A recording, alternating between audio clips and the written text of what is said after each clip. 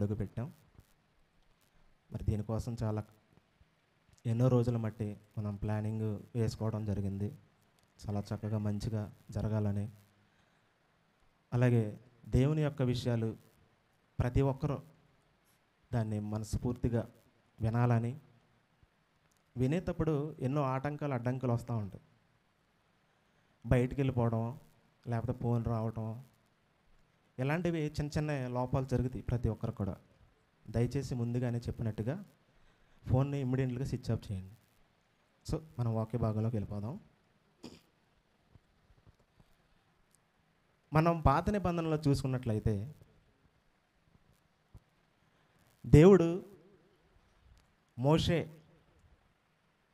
నాయకుడిని ఎన్నుకొని ఆ నాయకుడి ద్వారాగా ఇజ్రాయేల్ జనాంగాన్ని కానానుకు నడిపించాలన్న ఉద్దేశం మీద పుట్టిస్తాడు. ఒక మంచి గొప్ప నాయకుడు. ఆ ఉద్దేశం అంతా కూడా దేవుని యొక్క ప్రణాళిక ద్వారా జరిగింది. కానీ మోషే ఆ కాలంలో చాలా ఆశలతో ఉంటాడు. దేవుడు ఏదైతే ఒక ప్రాంతాన్ని ఎన్నుకున్నాడు, పాలు తేనెలు ప్రవహించే ప్రదేశం, కానాను ప్రదేశం, ఆ ప్రాంతానికి నడిపించాలని ఒక ప్రణాళిక వేశాడు. ఆ ప్రణాళిక ద్వారాగా ఇజ్రాయెల్ జనాంగాన్ని నడిపించుకుంటూ ఆ మోషే నాయకత్వంలో, మోషే గారి ద్వారాగా ఆ ఐగుప్తు నుండి, ఆ బానిసత్వం నుండి ఎన్నో తెగుళ్ళు రెప్పించి ఆ ఫరో చేతుల నుండి కానానికి నడిపించే ప్రయాణం. ఆ నడిపించే ప్రయాణంలో ఆ 40 సంవత్సరాలు, సుమారుగా 38 సంవత్సరాల పాటు కూడా మోషే నాయకత్వం జరుగుతుంది.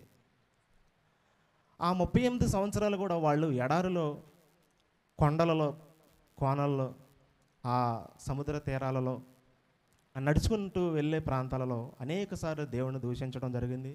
మనం చిన్నప్పటి నుండి ఉంటూనే ఉన్నాం ఈ విషయాలన్నీ. ఇలాంటప్పుడు ఎన్నో మార్లు దేవుడు పలికించాడు, ఇదిగో ఆ ప్రాంతానికి వెళ్ళాలి, నడిపించు, ఇదిగో కొన్ని ఆజ్ఞ.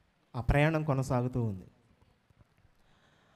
ఆ ప్రయాణం కొనసాగి 38 సంవత్సరాల పాటు, 40 సంవత్సరాలు కానీ 38 సంవత్సరాలే మోషే నాయకత్వం జరిగింది. మోషే ఒక సందర్భంలో బండ దగ్గర దేవుడు చెబుతాడు ఒక మాట, అయ్యా నువ్వు ఇజ్రాయేల్ జనాంగానికి మంచినీరు కావాలంటే ఇదికి వెళ్ళి, అక్కడికి వెళ్ళి, బండ దగ్గరికి వెళ్ళి మాట్లాడు అని చెబుతాడు. మాట్లాడని చెప్పినప్పుడు ఆ బండని 2 సార్లు కొడతాడు.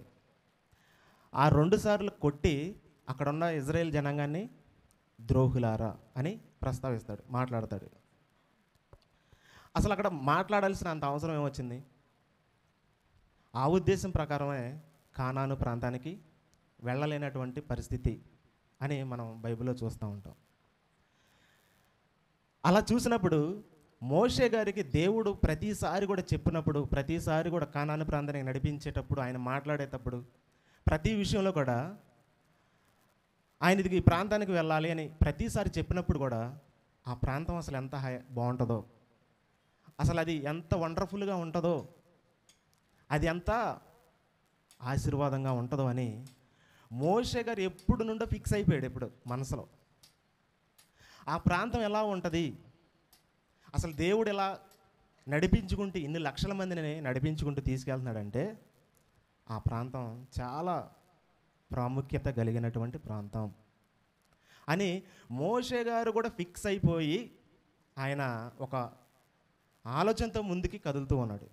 ఇది మనం పక్కగా ఆలోచించాలని మీకు మనం చేస్తూ ఉన్నాం. ఆయనతో పాటు ఉన్న ప్రతి ఒక్క ఇజ్రాయేల్ జనాంగం కానీ ప్రతి ఒక్కరు కూడా నడుస్తూ ఉన్నారు అరణ్య ప్రాంతంలో. అలా వెళ్ళినప్పుడు ఆ కొండ, ఆ బండ దగ్గర వాటర్ కోసం ఆగినప్పుడు, ఆ మంచినీరు కోసం, ఆ సందర్భంలో దేవుడు ఆజ్ఞనే దగ్గరించాడు. అక్కడ దేవుడు మాట్లాడంటే 2 సార్లు బండను కొట్టాడు. అంటే దేవుడు చెప్పిన మాటను ధిక్కరించినట్టే కదా, ఆజ్ఞను అతిక్రమించినట్టు. దానికోసమే కానాను ప్రాంతానికి వెళ్ళలేదు అని బైబిల్లో చాలామంది చెబుతూ ఉన్నారు. అది వాస్తవమే. అయినా దానికంటే చాలా ప్రాముఖ్యమైన విషయం ఒకటి ఉంది. అసలు ఎందుకు వెళ్ళలేదు అన్న ప్రస్తావన చాలా ప్రాముఖ్యమైన ఒక వ్యక్తి ఉన్నాడు.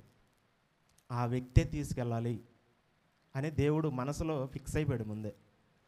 మరి ఇంత గొప్ప నాయకుడు అన్ని సంవత్సరాల పాటు నడిపించుకుంటూ ఒక జస్ట్ 3-4 కిలోమీటర్ల డిస్టెన్స్లోనే అక్కడే చంపేయడం ఏంటి? ఒకసారి ఆలోచించండి. అన్ని సంవత్సరాలు కష్టపడ్డాడు ఎడారిలో. ఎన్నోసార్లు ఎంతోమంది దూషించారు మోషేని, ఎంతోమంది నానా మాటలు అన్నారు. ఆయన కోణంలో ఆలోచిద్దాం ఒకసారి. ఇవన్నీ పడి అవన్నీ నిందలు పడ్డాడు. దేవుని మీద కూడా, దేవుణ్ణి కూడా వాళ్ళు దూషిస్తుంటే ఇదిగో నన్ను చంపేయి అంటాడు, వాళ్ళని వదిలిపెట్టు అంటాడు. అటువంటి మిక్కిలి సాత్వికుడు, అటువంటి వ్యక్తి మరి కానాను దేశానికి ఎందుకు వెళ్ళలేదు? ఇది ఒక పాయింట్. అయితే ఆయన అనుకున్న ఉద్దేశం ఒకటే, అసలు నన్ను ఎందుకు పంపించలేదు దేవుడు అని దుఃఖంతో ఉండిపోయాడు. ఆ ప్రాంతానికి నేను ఎంతగానో ఆశపడ్డా, ఎంతగానో నేను ఆ ప్రాంతాన్ని చూడాలని ఎన్నో సంవత్సరాల మట్టి కలల కన్నా, కానీ ఆ ప్రాంతానికి వెళ్ళకపోయా. చివరి క్షణంలో కూడా దేవుని రిక్వెస్ట్ చేస్తాడు. చివరి క్షణంలో కూడా, ప్రభువా ఒక్కసారి ఛాన్స్ ప్రభువా, ఒకే ఒక్కసారి అంటే దేవుడు నో ఛాన్స్. ఒక్కసారి చెప్పిన తర్వాత దాన్ని రిపీట్ వెనక్కి తీసుకోడు దేవుడు. దాన్ని ఆ మాటని వెనక్కి తీసుకోవటం జరగదు. లేదు లేదు లేదు అంటాడు. ఒక్కసారి ప్రభువా అని ఎన్నోసార్లు అడుగుతాడు మోషే. అయినా కానీ నో ఛాన్స్ అని చెబుతాడు. ఆ మాటనే ఒక్కసారి మనం బైబిల్లో చూద్దాం. ఎన్నిసార్లు ఇజ్రాయేల్ జనాంగం గురించి దేవుడు రిక్వెస్ట్ చేశాడో ఒకసారి మనం చూద్దాం. ఒకసారి అంటే ద్వితీయోపదేశకాండం 3వ అధ్యాయము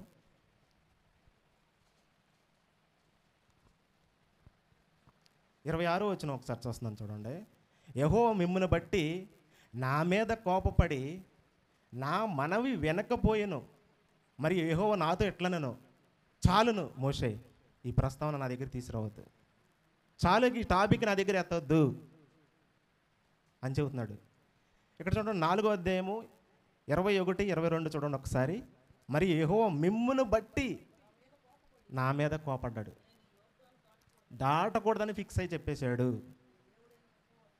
దాటకూడదంటే దాటకూడదని ఇజ్రాయేల్ జనాంగానికి మళ్ళీ రిపీట్ చేస్తున్నాడు. ఇది అదే ద్వితీయోపదేశకాండం. మనం ఒకసారి మళ్ళీ ఇంకా చివరికి వెళ్తే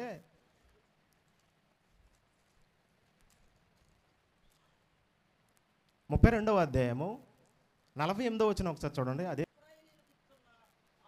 నువ్వు మాత్రం ప్రవేశించవు అని చెప్పేశాడు. కానీ ఎన్నోసార్లు రిపీట్ చేశాడు దేవుడి దగ్గర, ప్రభువా ఒక్కసారి అన్న నన్ను ఆ ప్రాంతానికి తీసుకెళ్ళి చూపించు ప్రభువా, ఒక్కసారైనా. అసలు నువ్వు తీసుకెళ్తున్నావు, ఇన్ని లక్షల మందిని తీసుకెళ్తున్నావు అంటే అక్కడ ఏదో ప్రాముఖ్యత ఉంది, అక్కడ ఏదో గొప్ప విషయాలే ఉన్నాయి, అక్కడ ఏదో పాలు తేనెలు ప్రవహించే దేశం అని చెబుతున్నావు నువ్వు. అక్కడ ఏదో మంచి ముత్యాలు దొరికి, బంగారం దొరికి, ఇవన్నీ చెబుతున్నావు. అసలు అది ఎలా ఉంటుందో ఒక్కసారైనా నేను చూడాలని ఆయన ప్రయాణం చేసి ఆ 38 సంవత్సరాల పాటు నిరీక్షణతో ఎదురు చూశాడు. అసలు నన్ను ఎందుకు దేవుడు ఇలా ఆపేయడం కారణం? అసలు దేవుడు నన్ను ఎందుకు కానానికి పంపించాలి? ఎంత స్టాండర్డ్గా ఆయన మాట విన్నాను, ఆయన ఆజ్ఞలను ఫాలో అయ్యాను, ఇవన్నీ చేస్తున్నా వాళ్ళందరూ నడిపించుకుంటూ తీసుకొస్తున్నాను నేను. తీసుకొచ్చినప్పుడు నన్ను మాత్రం ఎందుకు ఆపేసి కడమ వాళ్ళని తీసుకెళ్ళాడు అని ఫిక్స్ అయ్యాడు. ఆయన కూడా ఆలోచన ఒకసారి ఆలోచించండి, ఆయన ఆలోచన విధానాన్ని. అని ఆలోచించడా ఒకసారి ఆలోచించండి. ఆలోచిస్తాడా లేదా? ఒక మనిషి అనేవాడు, ఇప్పుడు మనమే ఉన్నాం. సపోజ్ మనం ఒక ప్రాంతానికి వెళ్ళాం, ఒక ప్రాంతంలో ఒక హౌస్ ఇచ్చారు, ఫ్రీగా రాసిచ్చారు అనుకోండి. అది రాసిచ్చిన తర్వాత మనతో ఉన్న బంధువులందరం తీసుకుని వెళ్తాం. వెళ్ళినప్పుడు అక్కడికి వెళ్ళిన తర్వాత దగ్గరలో ఉన్నాక అది నీది కాదు, మీ పిల్లలకంటే ఎలా ఉంటుంది? ఎంత నిరాశ చెందుతారు, ఎంత దుఃఖంతో ఉంటాడు. అలాంటి బాధే. ఒక మనిషిగా ఆలోచిద్దాం దీన్ని, ఒక మనిషిగా ఆలోచించమని నేను చెబుతూ ఉన్నా. ఆయన కూడా దుఃఖంతో మింగిపోయాడు, దుఃఖంతో కుమిలిపోయాడు. ఆయన బాధ ఎవరికి చెప్పుకోవాలో కూడా తెలియదు, ఎవరికి చెప్పుకున్నాడు? ఆయన ఒక నాయకుడు, ఆయన ద్వారాగే మాటలు చెప్పాలి, అన్ని ప్రతి విషయం కూడా ఇజ్రాయేల్ జనాంగానికి చెప్పాలి ఆయనే. ఆయన బాధ మరి ఎవరికి చెప్పుకుంటాడు చెప్పండి? ఎవరికి చెప్పుకోలేనటువంటి పరిస్థితి, ఎవరికి చెప్పుకోలేడు. అలాంటప్పుడు ఆయన కృంగిపోయాడు, చాలా బాధపడ్డాడు. చాలా ఆ విశ్వాసంతోనైనా ఆ ప్రాంతానికి వెళ్ళాలని ఎదురు చూశాడు, కానీ చూడలేకపోయాడు. దేవుడు మాట మీదే నిలబడ్డాడు. దేవుడు అనుకున్నదే, దేవుడు ఎందుకు వెళ్ళొద్దన్నాడో అని ఫిక్స్ అయిపోయాడు. చివరి క్షణంలోనైనా ప్రభువా ఒక్కసారైనా చూపించు ప్రభువా అంటే, ఇదిగో అనే చిన్న ఎగ్జాంపుల్కి మాత్రమే ఒక చిన్న పర్వతం ఎక్కి, ఆ నెబో పర్వతం మీద నువ్వు పైకి ఎక్కి చూడు, ఎక్కడో జస్ట్ కొన్ని కిలోమీటర్ల మేర నీకు కనిపించింది ఆ ప్రాంతం. దక్షిణం వైపు చూడు, ఉత్తరం వైపు చూడు, పడమటకి 4 దిక్కులకు చూడు, ఇవన్నీ చూసి అదే అని నువ్వు ఫిక్స్ అయిపో అని చెబుతాడు దేవుడు. అలా చూసి అంత దూరం నుండి చూసిన వ్యక్తి అంతే, కానీ దాంట్లో వెళ్ళాలన్న కోరిక ఉందా లేదా? పక్కగా ఉంది, కానీ వెళ్ళలేకపోయాడు. మరి ఎవరి ద్వారాగా వెళ్ళాలని? 38 సంవత్సరాల పాటు నడిపించుకుంటూ వచ్చాడు. ఆ 38 సంవత్సరాలు కష్టపడ్డాడు ఒక నాయకుడిగా. మరి ఎవరి ద్వారాగా తీసుకెళ్ళాలని దేవుడు? అసలు దేవుని ఉద్దేశం ఏంటి? అసలు దేవుని ప్రణాళిక ఏంటి? అసలు ఎవరి ద్వారాగా అక్కడికి నడిపించాలని ఫిక్స్ అయ్యాడు దేవుడు. రాబోయే తరాలలో ఒక అతను వస్తాడు, రాబోయే తరాలలో ఒక గొప్ప వ్యక్తి వస్తాడు. ఇది ప్రతి ఒక్కరు గుర్తుపెట్టుకోవాలని దేవుడు తన ఆలోచన ఊహా చిత్రం యెహోషువ ద్వారాగే పంపించాడు. కానీ యెహోషువలో మనం ఎవరిని చూడాలన్నది మనం ఒకసారి ఆలోచించాలి. అసలు యెహోషువ గారి ద్వారాగానే ఎందుకు పంపించాలి? ఆ యెహోషువ గారి ద్వారా కాకుండా ఇంకా మోషే ద్వారాగా ఉన్నది నాయకత్వం, మోషే గారి ద్వారాగా నడిపించవచ్చు కదా. కానీ కానాను ప్రాంతానికి నో ఛాన్స్ అని చెప్పాడు. ఇంకోసారి చూడండి, ఒకసారి మనం అసలు మళ్ళీ దేవుడిని ఎలా అడుగుతాడంటే, అసలు మనకి ఒక విడ్డూరం అనిపించింది. ఒక మనిషితో మనం ఇంట్లో వాళ్ళని అడిగినట్టు వేడుకున్నట్టుగా దేవుడి దగ్గర కూడా వేడుకుంటాడు మోషే గారు. అదే ద్వితీయోపదేశ ఖండము 3వ అధ్యాయము 23 నుండి ఒకసారి చూద్దాం. చూడండి, ఈ క్రియలు చేయగల దేవుడు ఎవడో, నీవు చూపగల పరాక్రమలు చూపగల దేవుడు ఎవడో, నేను అద్దరికి వెళ్ళి యోర్దాను అవతల ఉన్న మంచి దేశమును, మంచి మన్యమును, ఆ లెబానోను చూసినట్లు నాకు దయచేయమని నేను యెహోవాను బ్రతిమాలి కొన్నా. బ్రతిమాలుకుంటే ఏమన్నాడు చూడండి కింద, యెహోవా మిమ్మును బట్టి నా మీద కోపపడి నా మనవి వెనకపోయాను, మరియు యెహోవా నాతో ఇట్లా నేను చాలును, ఏకను ఈ సంగతి నా దగ్గర ఎత్తొద్దు, నాతో మాట్లాడొద్దు, నీవు యోర్దాను దాటకూడదు, కానీ నువ్వు పెసకాకుండా ఎక్కి కన్నులు ఎత్తి పడమట వైపును, ఉత్తరం వైపును, దక్షిణం వైపును, తూర్పు వైపును తేరి చూడుము.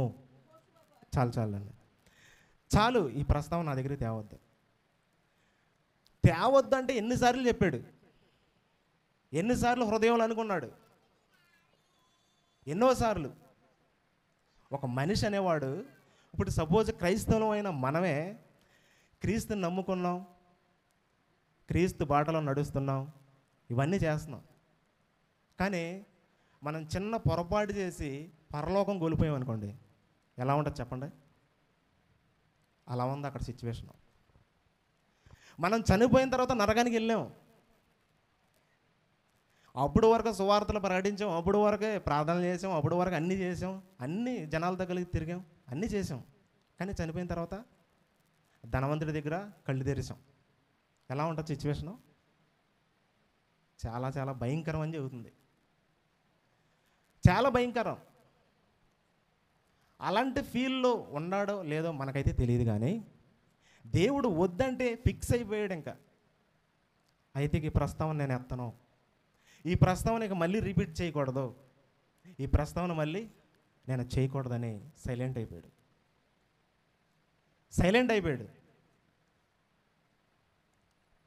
అలానే దేవుడి మీద ఎంత నమ్మకం, అసలు దేవుడే సర్టిఫికేట్ ఇచ్చాడు.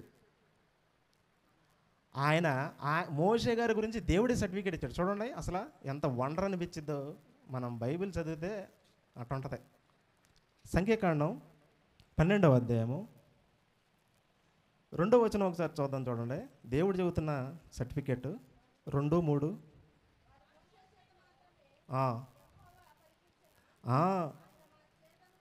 పలికింపడా ఏంటి అంటున్నారు ఇజ్రాయేల్.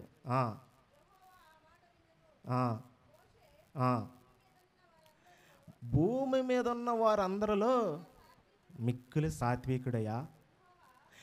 మోషేతోనే మాట్లాడతాడు దేవుడు, అక్కడున్న వాళ్ళతో ఎవరితో మాట్లాడ్డా. ఆయన ద్వారాగే జవాబు వెళ్ళాలి, ఆయన ద్వారాగే ప్రజలకు చేరాలి. మధ్యలో మధ్యవర్తి ఎవరయ్యా అంటే మనుషులకి దేవుడికి మోషే. మధ్యవర్తి ఎవరంటే మోషేనే. ఆ మోషే ద్వారాగా దేవుడు చెప్పిన మాట మోషేకి చెబితే అది ప్రజలకు చెప్పేవాడు. అలాంటి స్టాండర్డ్గా అంత నమ్మకంగా ఉన్నాడు దేవుడి దృష్టిలో. అంతగా వర్క్ చేశాడు, అన్ని విద్యలు నేర్చుకున్నాడు. అంత స్టాండర్డ్ కలిగిన వ్యక్తి. అటువంటి వ్యక్తిని దేవుడు సర్టిఫికెట్ ఇచ్చాడు. నీ వంటి సాత్వికుడు ఎవరు లేరు. అలాగే మనం చూసుకున్నట్లయితే మరి కానాను ప్రాంతానికి ప్రవేశించకూడదు అని చెప్పాడు దేవుడు. మరి యెహోషువ గారి ద్వారాగా ప్రవేశించారు. అక్కడ పిస్గా కొండ ఎక్కిన తర్వాత చూశాడు ఆ పర్వతాలు ఇవన్నీ, మొత్తం ఆ లెబానోను ప్రాంతాలు ఇవన్నీ చూశాడు మోషే. చూసి ఇదిగో పాలు తేనెలు ప్రవహించే దేశం ఇదే అని ఫిక్స్ అయిపోయాడు. ఆ ఫిక్స్ అయిపోయిన ప్లేస్లోనే అక్కడే చనిపోయాడు. ఆ ప్రాంతాలలోనే ఆ కొండల సందుల్లోనే చనిపోయాడు. చనిపోయినప్పుడు కొంతమంది పెద్దలను మాత్రమే కేర్ తీసుకున్నాడు. అంటే దేవుడు ఈ యొక్క సమాధిని చాలా చాలా జాగ్రత్తగా బంధించి పెట్టాడు, ఎవరికి తెలియకూడదు అని. బంధించి పెట్టడానికి కూడా కారణం, రీజన్స్ ఉన్నాయి బైబిల్లో. అంటే దేవుడే చెబుతాడు కొన్ని విషయాలు. అలా బంధించడం ఇవన్నీ చేయడం కూడా ఏంటి, ఆయన కానాను ప్రాంతానికి వెళ్లకుండా అక్కడే చంపేయడం. ఒకవేళ వచ్చారనుకోండి, మోషే కూడా వచ్చాడు, కానాను ప్రాంతానికి వచ్చాడు. అప్పుడు వరకు దేవుణ్ణి తక్కువ చేసేసారు జనాలు. దేవుణ్ణి తక్కువ చేసి మోషేనే మాకు దేవుడు అన్నట్టుగా ఫీల్ అవుతారు అక్కడ ఉన్న ఇజ్రాయేల్ కానీ యూదులు కానీ. దేవుడు చెప్పింది ప్రతిదీ కూడా మోషే చెబుతున్నాడు కాబట్టి మోషే మాకు లీడరు, ఇక దేవుడు తర్వాత.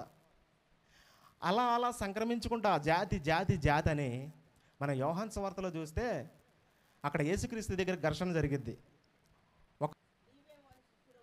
మేము మోషే శిష్యులము. చాలా అంటే ఈ సెంటెన్స్ కోసమే అక్కడికి వచ్చాం. ఈ ప్రస్తావన రావడానికి గల కారణం ఏంటంటే వాళ్ళు చాలా ప్రేమిస్తున్నారు మోషేని. ఆ ధర్మశాస్త్రం ఇచ్చాడు, ఆ ధర్మశాస్త్రం ఆజ్ఞలను ఇచ్చాడు, ఇవన్నీ ఫాలో అవుతున్నారు, ఈ కట్టడలన్నీ ఫాలో అవుతున్నారు, ఈ ధర్మశాస్త్రం ప్రకారమే కంటిన్యూ అవుతున్నారు. ఇవంతా క్రమక్రమంగా జరుపుకుంటూ వచ్చేస్తూ ఉంది. ఈ సంఘం మొత్తం కంటిన్యూ ప్రొసీజర్ అయిపోయింది.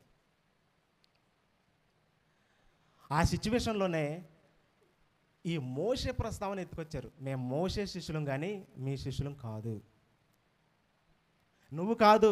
మా దేవుడు మోషేతో మాట్లాడితే ఆయన మాటలే మాకు చెప్పాడు, నువ్వు కాదు అని యేసుక్రీస్తు మీద తిరగబడ్డారు. అక్కడ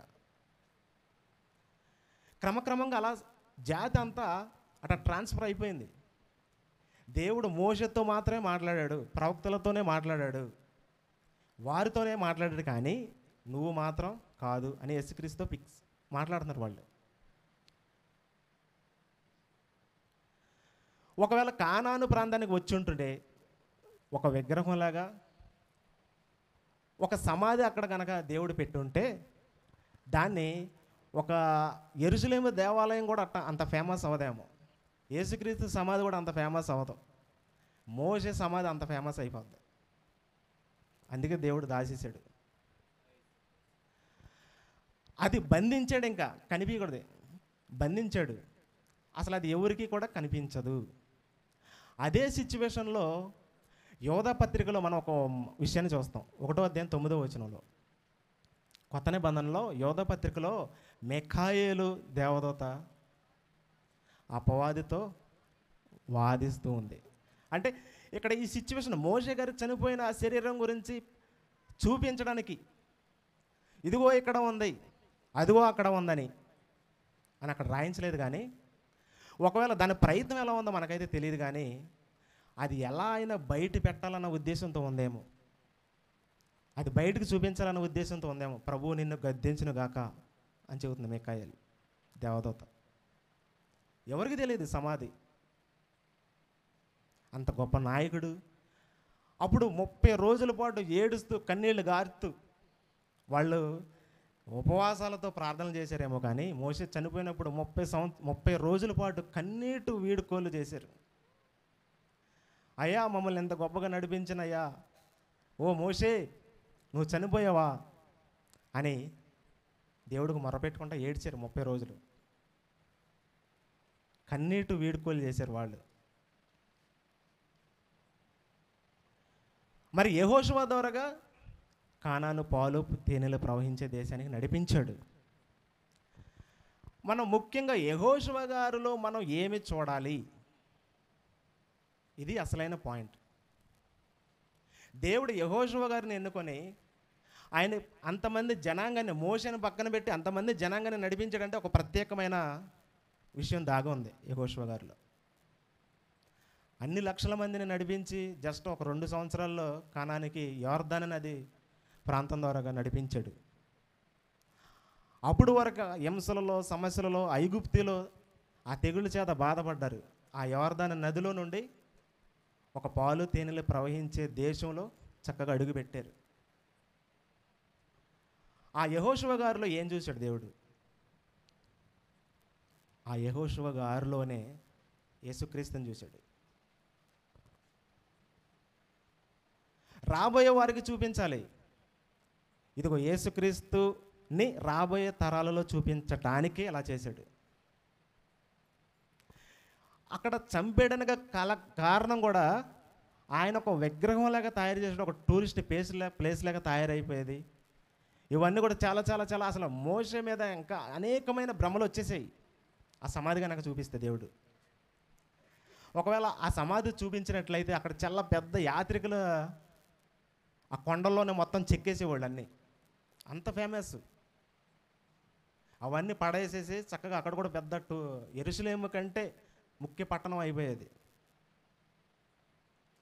అయినా కానీ ఇజ్రాయెల్ దేశం వెళ్తే మోషే గారి ప్రాంతం ఇది ఎక్కడే అని ఒక బోర్డు ఉంటుంది. ఇది ఎక్కడే చనిపోయాడు, ఇది ఈ ప్రాంతం నుండి ఆ ప్రాంతాన్ని చూసాడని కొన్ని నేమ్స్ యాడ్ చేసి పెట్టారు బోర్డుల మీద. కానీ ఆ సమాధి ఎక్కడ ఉందో ఎవరికి తెలియదు. యెహోషువ గారు నాయకత్వం వహించాడు. ఆ నాయకత్వం నుండి నడిపించాడు. యోర్దాను నదును దాటి పాలు తేనెలు ప్రవహించే దేశానికి వచ్చారు. అక్కడ ఏ ప్రాంతం ఎవరికి ఏ వంశం వాళ్ళ చొప్పున వీళ్ళ చొప్పున పనిచేశాడు దేవుడు. వాళ్ళందరికీ పనిచేశాడు. యెహోషువ గ్రంథం మొదట స్టార్టింగ్లోనే చూస్తే మనం ఇదిగో మోషేకి ఆజ్ఞాపించినట్టు నీకు కూడా చెబుతున్నా, ఆయనకి ఏది చెప్పానో మీకు అదే చెబుతున్నా అని చెప్పాడు. కానీ యెహోషువ గారిలో ఒక ప్రత్యేకత ఉంది. ఆ ప్రత్యేకతే ఈరోజు జస్ట్ ఒక 5 నిమిషాలు చెప్పి నేను ముగించేస్తా. యెహోషువ అనే నేము గ్రీక్ హెబ్రీ మీనింగ్లో యేసుక్రీస్తుతో పోలి ఉంది. యెహోషువ అన్న పేరు యేసుక్రీస్తుకి ఒక సాదృశ్యంగా ఉంది. ఆ యేసుక్రీస్తు వారి పేరుకి పాత నిబంధనలో పోలికలు చూస్తే ఇదిగో యెహోషువ అనే నేమ్కి కరెక్టబుల్ టు మ్యాచ్ అయ్యేది యేసుక్రీస్తు పేరు. ఆయన మాత్రమే నడిపించాలి, ఆయన మాత్రమే కానానికి నడిపించాలని ఎలా అయితే ఫిక్స్ అయ్యాడో దేవుడు, అలాగే యేసుక్రీస్తు వారిని కూడా పెట్టి ఆయనలో ఇదిగో రాబోయే వారి తరాలలో గుర్తు చేసుకోవాలి. ఇదిగో ఆయన పోలికగా ఆయననే ముందు పెట్టి నడిపించాలని ఆల్రెడీ న్యూ టెస్ట్మెంట్లో కూడా కొన్ని సూచనలు ఉన్నాయి. అదే యోహాను సువార్తలోనే ఉన్నాయి అవన్నీ కూడా. అవన్నీ మనం డైరెక్ట్గా మనం చదివితే అర్థం కాదు, కానీ ఇలాగే వివరించి ఆలోచిస్తే బాగుంటుంది. కానీ ఆ కాలంలో యెహోషువ గారు ఈ కానానికి వెళ్ళే ముందు దేవుడు ముందే ఫిక్స్ అయిపోయాడు, ఈయన యేసుక్రీస్తు స్వారూప్యం, పోలిక, ఆయన రాబోయే క్రీస్తుకి పోలిక, రాబోయే క్రీస్తుకి పోలిక, ఇది ఈయనలో చూస్తాను నేను అని ఫిక్స్ అయ్యాడు దేవుడు. అలాగే తండ్రి ఉద్దేశం ఏంటంటే వీళ్ళు పాలు తేనెలు ప్రవహించే దేశానికి పంపించేశాడు. కానీ పూర్తిగా ఒక ఉద్దేశం ఏంటంటే యేసుక్రీస్తుని కూడా భూమి మీదకి పంపించి ఆయన్ని టోటల్గా ఒక మనిషి జాతినే తండ్రి దగ్గరికి నడిపించే ప్రణాళికలను ఏర్పాటు చేశాడు. ఆ ప్రొసీజర్ ద్వారానే ఇక్కడికి పంపించాడు భూమి మీదకి. వీళ్ళు ఐగుప్తు నుండి ఆ చెరలో నుండి కానాను పాలు తేనెలు ప్రవహించే దేశానికి వచ్చారు. ఎలాగే వస్తే ఇదే సరిపోదు, ఇది మాత్రమే అనుకుంటున్నారు వాళ్ళు. ఇక ఇదే జీవించవచ్చు, ఇదే సంతోషంగా ఉండొచ్చు, ఇదే హ్యాపీ, ఇదే చక్కగా సంతోషం. అక్కడ పాలు తేనెలు ప్రవహించే దేశం అంటే అక్కడ అంతా సంతోషం, దుఃఖకరం ఏమి ఉండదు, మంచిగా ఉంటుంది అని ఫిక్స్ అవుతున్నారు వాళ్ళు కూడా. అలాంటిది కాదు. అక్కడ కూడా సమస్యలు వచ్చినాయి. అక్కడికి వెళ్ళిన రాజ్యాలు విడిపోయినాయి. అక్కడికి వెళ్ళిన వాళ్ళు కూడా చిత్రహింసలు అయిపోయారు. ఇది శాశ్వత పరిష్కారం కాదు. యేసుక్రీస్తు ద్వారాగా శాశ్వత పరిష్కారం. ఆ శాశ్వత పరిష్కారం కూడా భూమి మీద కాదు, పరలోకం వెళ్ళాలి. ఆ శాశ్వత పరిష్కారం కూడా ఈ భూమి మీద టెంపరీగా మనిషి బ్రతకడానికి, పరిశుద్ధంగా జీవించడానికి వచ్చాడు. దేవుని పని చేసుకుంటూ ఆయన పని భూమి మీద చేయాలి. ఆయన ఒక ప్రొసీజర్ పెట్టాడు. ఆ ప్రొసీజర్ని కంటిన్యూగా నడుచుకుంటూ వెళ్ళాలి. ఆ ప్రొసీజరే ఈ కానాను, ఈ పాలు తేనెలు ప్రవహించే దేశానికి నడిపించాడు. కానీ అక్కడతోనే కాదు, అక్కడ నుండి దేవుని ఆజ్ఞలతో పాటు ఆ రాబోయే మెస్సయ్యను కూడా కనుగొనాలి వీళ్ళు. ఆ రాబోయే ఆ యేసుక్రీస్తుని కూడా వీళ్ళు నమ్మాలి, సువార్త వినాలి, రక్షణ పొందాలి, పొంది టోటల్గా నా దగ్గరికి రావాలి. అది దేవుని యొక్క ప్రణాళిక. ఆ సిచ్యువేషన్లో మనం కూడా వచ్చేసాం. ఇంకా ఆ తరుణంలో మనం కూడా వచ్చాం. అక్కడ యోర్దాను నది దాటి వచ్చారు కదా, దానికి సాదృశ్యం ఏమనుకుంటున్నారు?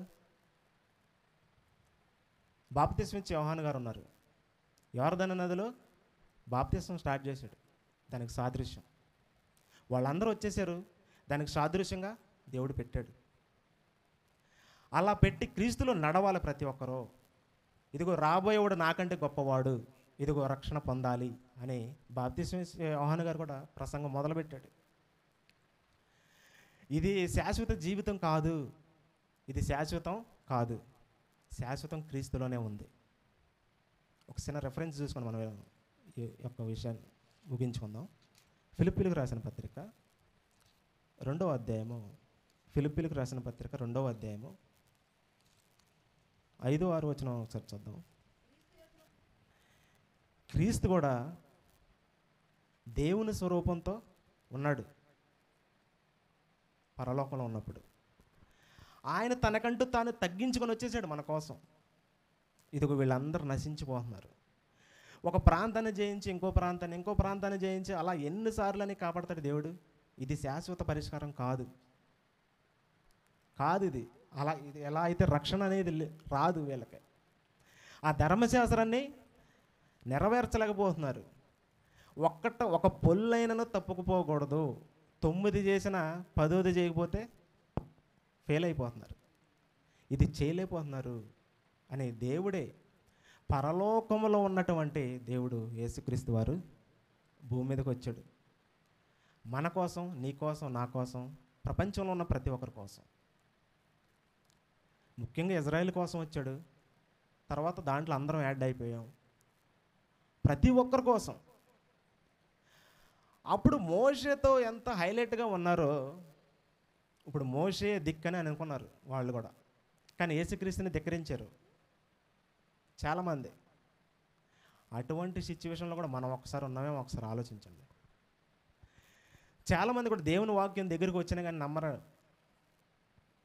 చనిపోయే స్టేజ్లో ఉన్నప్పుడు కానీ, ఏదైనా రోగం వచ్చినప్పుడు కానీ, చివరికి స్టేజ్లో చచ్చిపోతాం అన్నప్పుడు, అయ్యా ప్రార్థన చేయండి నా కోసం, మా కోసం ఒక్క చిన్న ప్రార్థన అనేది చేయండి, ఈ రోగం తీసేస్తే దేవుడు నేను నమ్ముకుంటా అంటారు.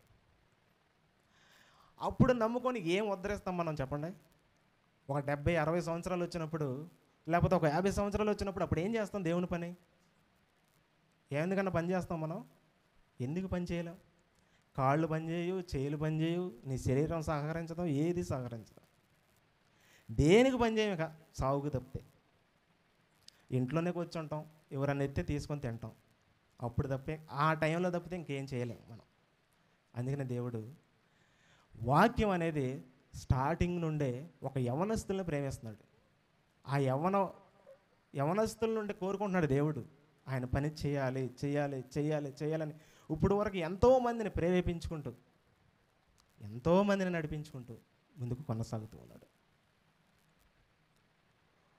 అలాగే దేవుడు కూడా, క్రీస్తు వారు కూడా తనను తాను తగ్గించుకున్నాడు, మన కోసం వచ్చాడు. ఆ వాక్యాన్ని ధిక్కరించకూడదు. ఆయనపై మనం విశ్వాసంతో ముందడుగు వేస్తూ ముందుకు కొనసాగుదాం. అందుకని ఇలాంటి మీటింగులు పెట్టుకుందాం. ఇంకా ముందు ముందు ఇలా మీటింగ్స్ పెట్టుకోవడమే కాదు, ఒక ప్రాంతానికి వెళ్ళిపోవాలి, అసలు ఒక ఏరియాకి వెళ్ళిపోవాలి, దేవుడు తెలియనటువంటి ఏరియానికి వెళ్ళిపోయి దేవుడి గురించి చెప్పాలి. అప్పుడు చెబితే దేవుడికి ఎంత సంతోషం ఉంటుంది. ఒక పాపి మారు మనసు పొందితే దేవదూతలు ఎంతో సంతోషిస్తాయి, దేవుడు ఎంతో సంతోషిస్తాడు, చాలా సంతోషిస్తాడు. అలాంటి పనిని మనం పెట్టుకొని ముందడుగు వేస్తే ఆయన పనే మనం చేస్తున్నాం, ఆయన పనే మనం చేస్తున్నాం. వారి దగ్గరికి వెళ్ళి ప్రార్థన చేస్తే ఎందుకు కార్యం చేయడు? ఎటువంటి కార్యమైనా చేస్తాడు, ఎటువంటి రోగానైనా తీస్తాడు అప్పుడు.